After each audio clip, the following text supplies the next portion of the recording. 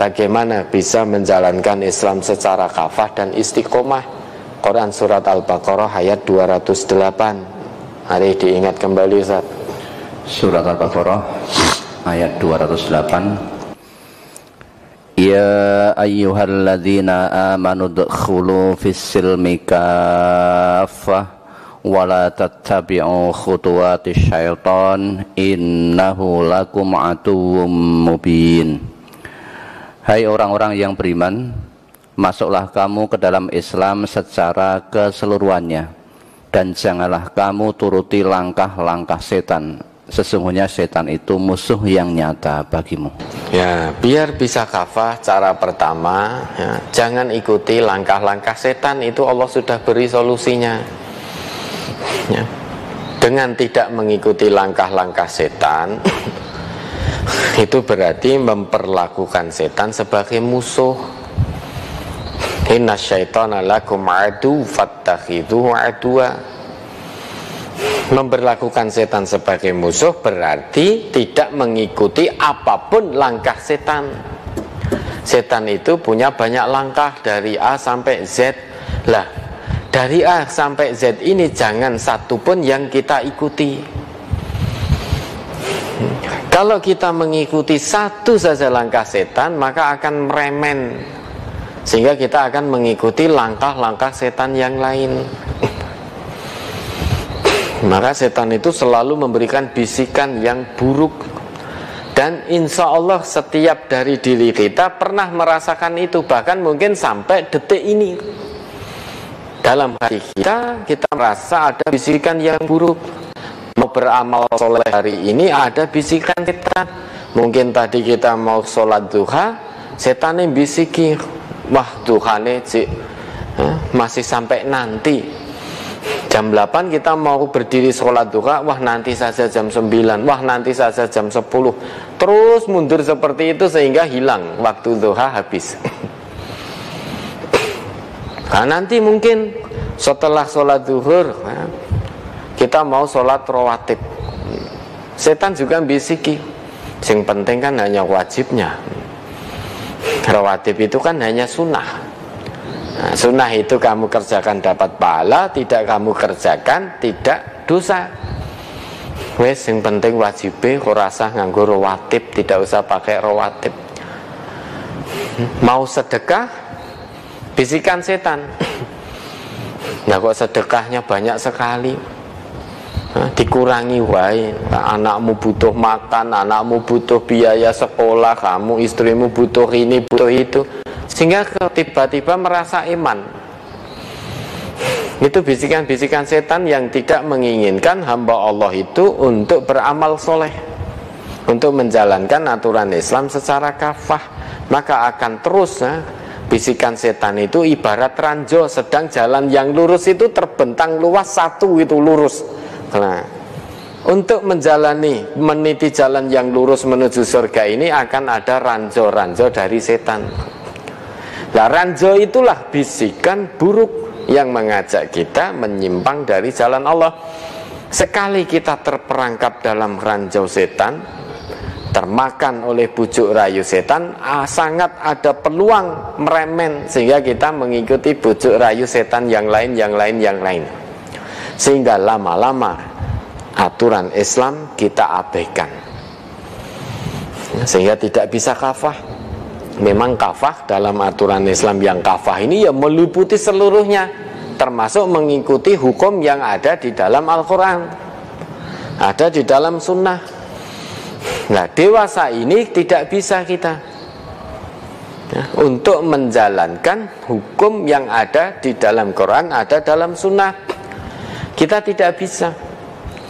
Orang yang berzina dicambuk, yang sudah nikah berzina dirajam, yang mencuri potong tangan.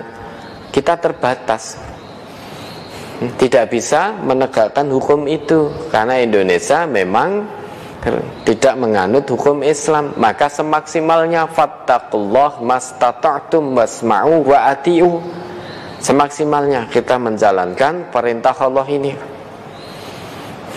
itu semaksimalnya. Lah bagaimana biar bisa istiqomah? Lah dipahami dulu istiqomah itu apa. Kemarin juga sudah kita jelaskan. Istiqomah itu ya, ada tambahan ista, sebelumnya itu koma. Koma yakumu, koma itu tegak dan lurus. Kemudian ditambahi ista menjadi istaqoma, yastaqimu, istiqomah. Istiqomah itu sifat. Segala sesuatu yang ditambahi dengan ista itu menunjukkan adanya usaha dari diri seseorang. Nah kalau tadi pengen menjalankan Islam secara kafah, tidak malas, bangun tahajud biar bisa istiqomah, maka ada usaha dari dalam diri kita. Berusaha untuk mewujudkan itu. Mewujudkan apa? Mewujudkan ketaatan kepada Allah. Itu namanya istiqomah. Istiqomah itu bukan hanya rutinitas kita lakukan terus menerus, bukan. Di samping memang kita lakukan secara kontinu, maka akan ada usaha yang kuat. Kalau tidak ada usaha, baru niat tok, tidak dilakoni, ya tidak pernah terjadi. Niat pengen tahajud setiap malam, tetapi alarm berbunyi dimatikan, masih ada alarm berikutnya. Pasang alarm jam 2, berbunyi dimatikan, masih ada alarm setengah 3.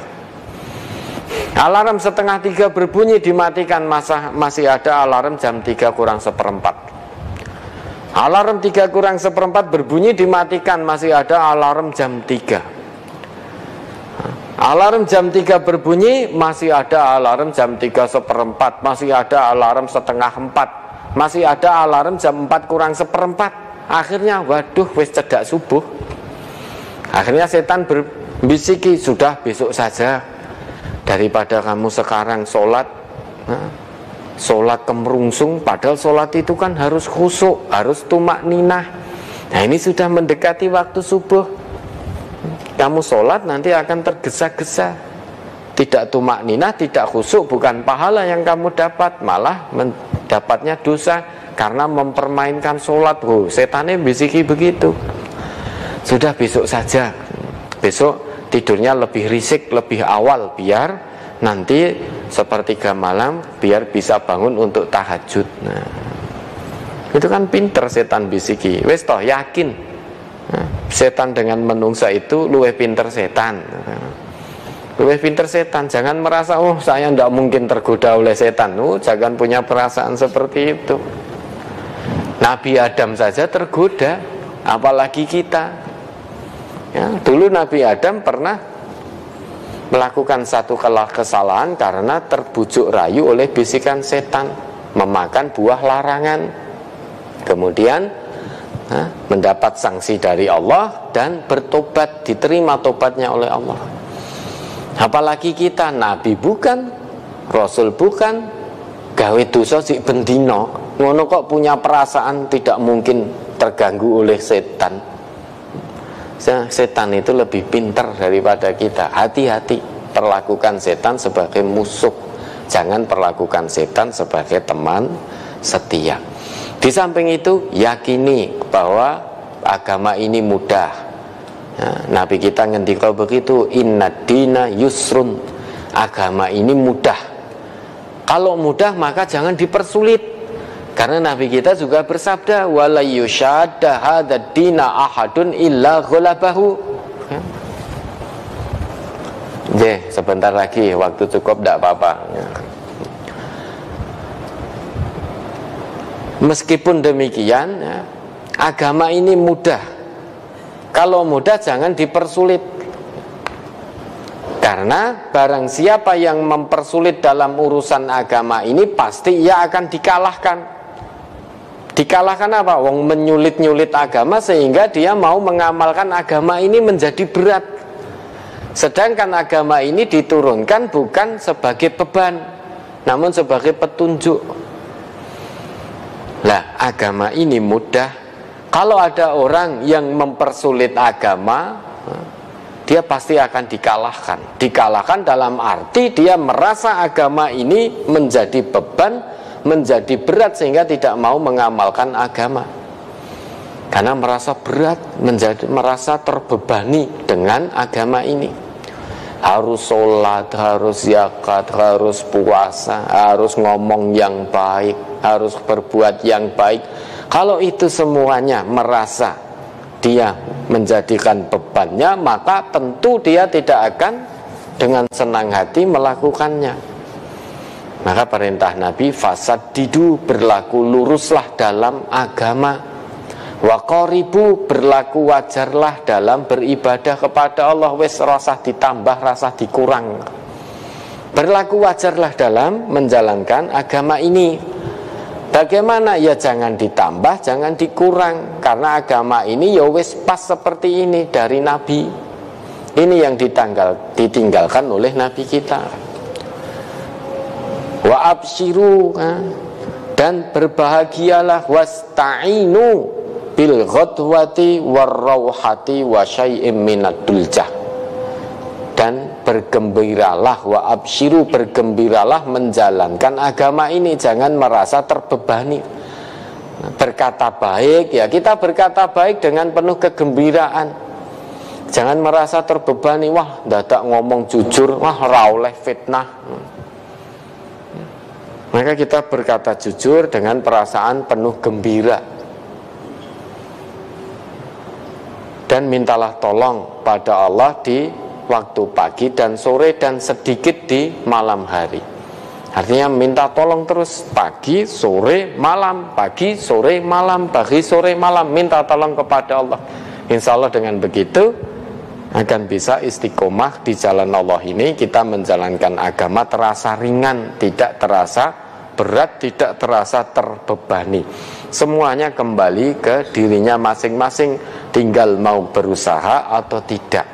Kalau mau berusaha, insya Allah Allah akan mudahkan jalannya. Tetapi kalau tidak mau berusaha, mulai saja belum, tangeh lamun mau istiqomah, maka dimulai. Setan itu lebih mudah menggoda manusia yang randang mulai-mulai. Kalau manusia untuk beramal soleh kok tidak mulai-mulai, setan itu lebih mudah menggoda. Dengan ongkang-ongkang kaki saja berhasil. Misalkan tadi mau tahajud, setan cukup dengan ongkang-ongkang kaki. Loh, malam-malam hujan kok mau bangun tahajud, dingin loh. Nanti kamu wudhu, dingin, sakit nanti. Belum lagi gigimu linu-linu loh kalau terkena air dingin. Sudah cukup dengan begitu sudah ngelokro kita, karena tidak segera dimulai-mulai.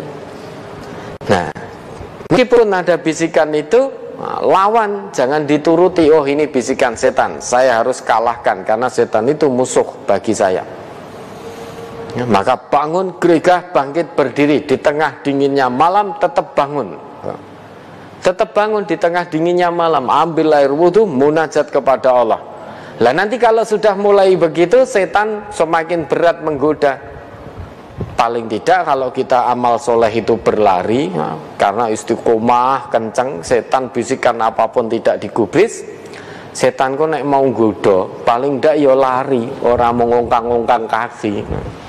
Tidak cukup lagi, oh adem loh, sudah tidak mempan. Sudah tidak mempan. Kalau belum kita mulai, hanya dengan bisikan dingin, kamu masih ngantuk, kurang tidur, besok kerjamu piye nek kamu kurang tidur nanti sakit. Nah, kalau belum mulai dengan bisikan itu saja sudah terperangkap kita ke dalam ranjaunya setan, sehingga mau beramal soleh jadi malas, berat, beban. Ya, mudah-mudahan bisa